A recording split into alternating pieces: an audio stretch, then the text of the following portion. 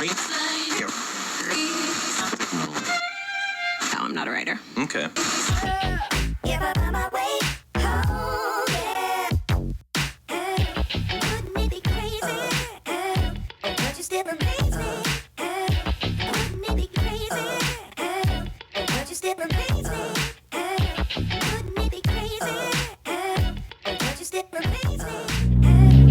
What is going on, guys? We are here with my buddy Andrew. We are in his Chevy Cavalier. You want to tell us about your Cavalier? Yeah, it's the Z24 Cavalier. It's got the headers, it's got the intake manifold, it's got all the stuff that you get, man. Nah. This is a 1999 Mitsubishi Eclipse GSX. All-wheel drive. Turbo. 4G63. Yep, 100%. Okay, what turbo is on this thing? PTE 6262. Okay, and how much boost are you making? 26 pounds. 26 pounds, and that's on pump gas? Yeah, it's on 93. 93, and what power did you put down? So I got tuned by Dave Katz at EFI Specialties, and we did 464 at 26 pounds. Oh, wow. Dude, that's pretty good. All-wheel drive, too. Yeah, this is the last year that they made this body style with this motor, so. Yeah, it's definitely one of the cleanest ones I've seen. Like with the silver, the carbon fiber hood, everything works well. The black wheels, it's loud. It's a little too droney with this exhaust. Yeah, yeah. What exhaust is on here? So it's like a hacked up Apexi that they just kind of ran like a custom downpipe into. Okay. But yeah, it's just it's too raspy for me, man. So the story is I built a 97 GSX. Uh-huh. It was a 2.3 stroker, same turbo. I made 500 horsepower on that one. Oh, wow. And then I graduated college. I sold it because I wanted an EVO. And I had the EVO for a little bit, and I autocrossed it a lot, and then I sold it when I bought my first house. And then I messed with SRT8 Jeep for a little bit and stuff like that, and then I came back to one of these. You like the GSX or the EVO? I always find myself looking at EVOs to buy another one, but yeah. I always come back to these cars. There's just something about the 2G that I love, especially, you know, this 99. It has everything that I've ever wanted in a 2G, so every single time I think about wanting an EVO again, I drive this car and I forget about it. It rides good, other than the drone from the exhaust. Besides that drone and, you know, the rear diff being a little loud from the bushings, it does ride pretty good. So these are pretty rare. You don't really see these too often. Nah, you don't really see these on the street that much anymore. No, not at all. Every once in a while you'll see like one on the street, and you know, it might be like a GS or an RS, or maybe it's, you know, GSX, but you really don't see these or Talons anymore. You know, people aren't driving them. You remember the Plymouth Laser? Yeah, that's like one of my favorite 1G cars that they ever did. That was my first car, guys. Oh, Plymouth Laser. shit. It was 92 or 93? I can't remember the year. I should know that. I had a go-kart, and I traded my go-kart for a Plymouth Laser. Was it the front wheel drive or the all-wheel drive? Front wheel drive. It wasn't all-wheel drive. And I didn't have it very long, got rid of that, and the next car was very embarrassing. So We're DSM brothers then. Yeah.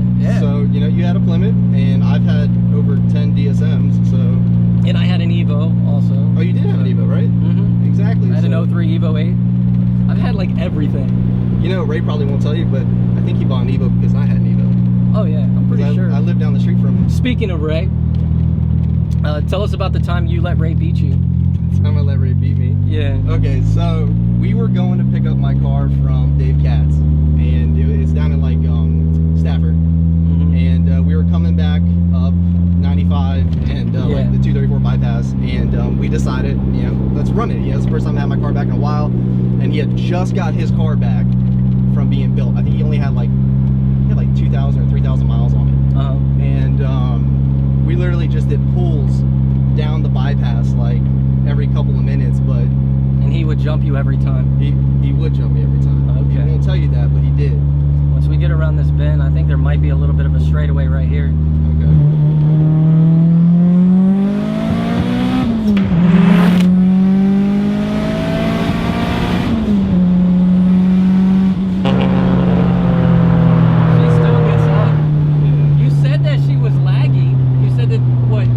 Kicking until what, after 5? Yeah, she doesn't really kick in. It doesn't feel that laggy. It actually feels pretty good. Well, I appreciate that. I feel like it's still a little too laggy for what it is. But yeah, but you as the driver, it's different. Like you notice and you could feel the lag a lot more. We'll go left. Yeah, I definitely do between shifts and stuff. But yeah, I really do like this car, man. But yeah,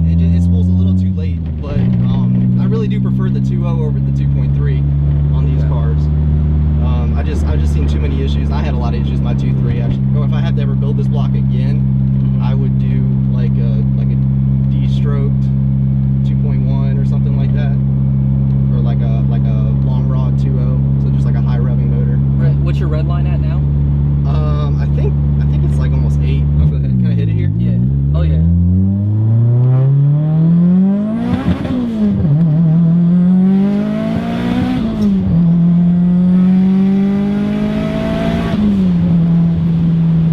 Definitely feel like once it gets up in the top of the RPM, it really starts to pull. It does. And that's why I really like third gear. That's probably the VTEC, right? That is the VTEC. Yeah. That's all we got in here is the VTEC. Ray, he let you beat him, I'm just saying.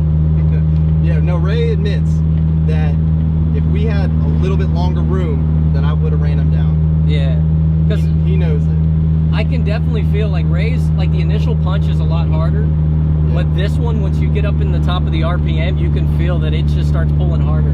It does. It acts like it just doesn't want to fall off and just keeps going and going. Right. But really, with like this amount of power is perfect for something like this. And that's what I wanted. Yeah. Like for a street car, like all I really wanted was a super clean, well-driven DSM that made like right under 500 horsepower for the street. That's all. That's what I wanted. Yeah. And I feel like I've almost accomplished that with this car. Future mods for this thing, besides the bigger tires. I gave him a hard time about his tires because I'm not a big fan of the stretch tires. So they are stretched a little too much. Yeah. So he said that what do you, 285s, right? I want to do like a 10.5 inch wheel and like a 285 tire. Yeah, that'll look good on here. If I Put could. some meat on it, fill in the wheel wells a little bit more. Yeah, a little bit more. Meaty tires, this thing will look good. The wheels look good on it. I appreciate that. I've always wanted to do like a wide RPF one, but I feel like everyone has them, but they look so damn good though. They do. You just like can't RPF ones on Evos, the Eclipses, everything. Yeah. Even the STs, like what I have. Exactly. RPF ones look good on everything. STIs especially. Exactly. Like it's just that wheel that like you can't go wrong with. Yeah, it's that wheel that everyone has. It's like the AMR mesh wheels, kind of like the ones Caleb has on his RTR. Yeah. I had them on my Mustang. Like you go to the American Muscle, it's like 50% of the cars there have those wheels. So yeah, that's the thing is ever since Ray got that Mustang, man, I've really been liking the new Mustangs a lot more. They're really cool, and especially your GT500. Yeah. You know, like that body style. The S197 body style. Yeah, thank you. Can we convert them? You know Take what? you over to the dark side. You know, I hope it doesn't, but if this ever blew up, I would probably switch to. I'd probably go over to like a V8 rear wheel drive. V8. Yeah, I definitely would. Whether that be like a Vet. I've always had a. Dude, Vets are nice. Yeah. I really like the older Z06s, like the 0304s. See, cars like that, all you need is just basic bolt-ons, exhaust intake, and just open it up, let it breathe, and have fun. And they haul ass. Exactly. Right. Exactly. Like, well, that's what I love. That's what draws me about the GT500 because I was looking at them for a little bit after my SRT8 was a couple thousand in mods, and they crack over 600-700 like it's nothing. And so easy. And it's just like the amount of money, the power that you get, it's almost like a no-brainer. Yeah. So with these cars, once you hit a certain limit, to keep them on the road, it takes a lot of money and it's a lot of effort.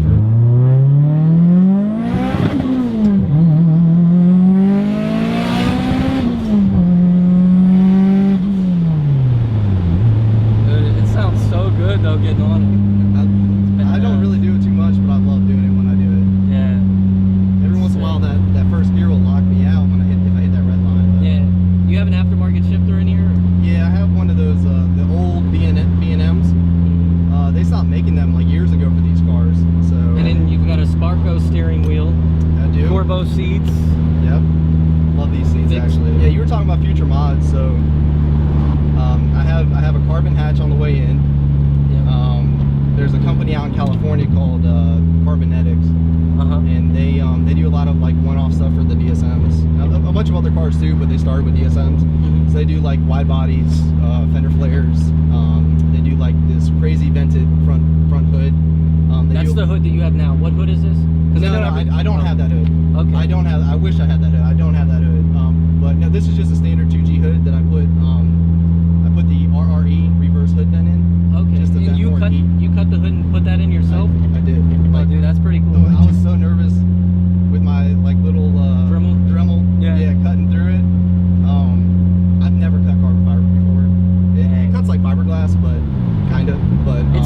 because you're afraid you're gonna hit that and it's gonna just spread. Well, exactly. Yeah. But and if you look at it, like it's like that big of a hole. So he also has an online company of car parts and stuff like that. We'll link that in below. What is the company and like what do you guys offer? Basically everything. We do really cater. I cater to a lot of like turbo cars, all-wheel drive cars, stuff like that. But I can honestly get almost anything that you can think of. I'm really low overhead. It's just Even me. Mustang parts. Ray's been buying Mustang parts from him. He has. And, we have been talking about a couple different things coming. So, and then when Ray had his Evo, Ray got a lot of parts from you too also. Yes, he did. So yep. And his wheels, you know, when he got his wheels messed up, I replaced it and a bunch of other little things. So nice. I have even when he had his Evo MR too. Yeah. A lot for his Evo MR back in the day. Yep. Yeah. So yeah, like you've got the best prices. Like you beat everyone else's prices. Well, I think it's the fact is that I'm low overhead. It's just me, and I really just do it to kind of keep things going, to pay for my car, Right. And to just to kind of help out, you know, my fellow friends. And That's car pretty people. cool. That's all it really is, man. Okay. That's the only reason I keep it going. So we'll throw his Instagram in here so you guys can follow him, his build, everything like that. It's a badass car. It's got my approval. It's sexy as shit. Thank you. It's one of the best looking Eclipses I've seen. Thank you. I really strive hard to make It looks look good. It looks good. So I hope you guys enjoyed this video. I'm gonna wrap it up. I want to thank Andrew for coming out, letting us go for taking me for this joyride. It was freaking awesome. I enjoyed it, and I will catch you